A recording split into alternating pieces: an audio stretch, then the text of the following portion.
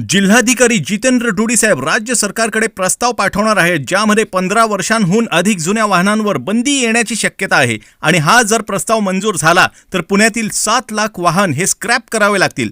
वाहतूक कोंडी आणि प्रदूषण रोखण्यासाठी हे उचलले जाणारे पाऊल असेल।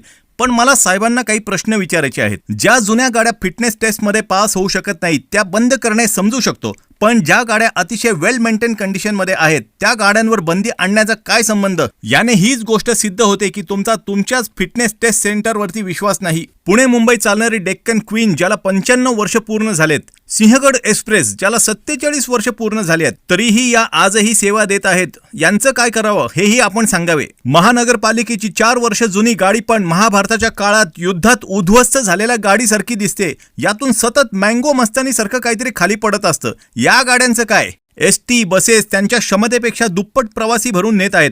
रेल्वे आणि लोकल बद्दल तर काय बोलायलाच नको। क्षमतेपेक्षा जास्त सीट्स भरणे हे आपल्या नियमात बसतं का तेही आपण सांगावे। बरं, जुन्या गाड्या जर स्क्रॅप केल्या तर ट्रॅफिक होणार नाही हे कोणतं लॉजिक? म्हणजे त्यांनी घरातच बसून राहायचं का?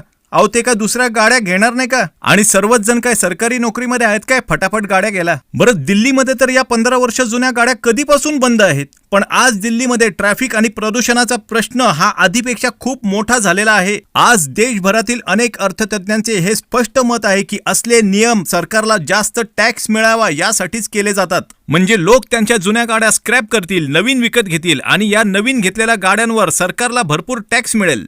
त्यामुळे या प्रस्तावाबद्दल आज एक वेगळीच शंका उपस्थित होत आहे। आणि आज नक्की या जुन्या गाड्या कोण वापरते?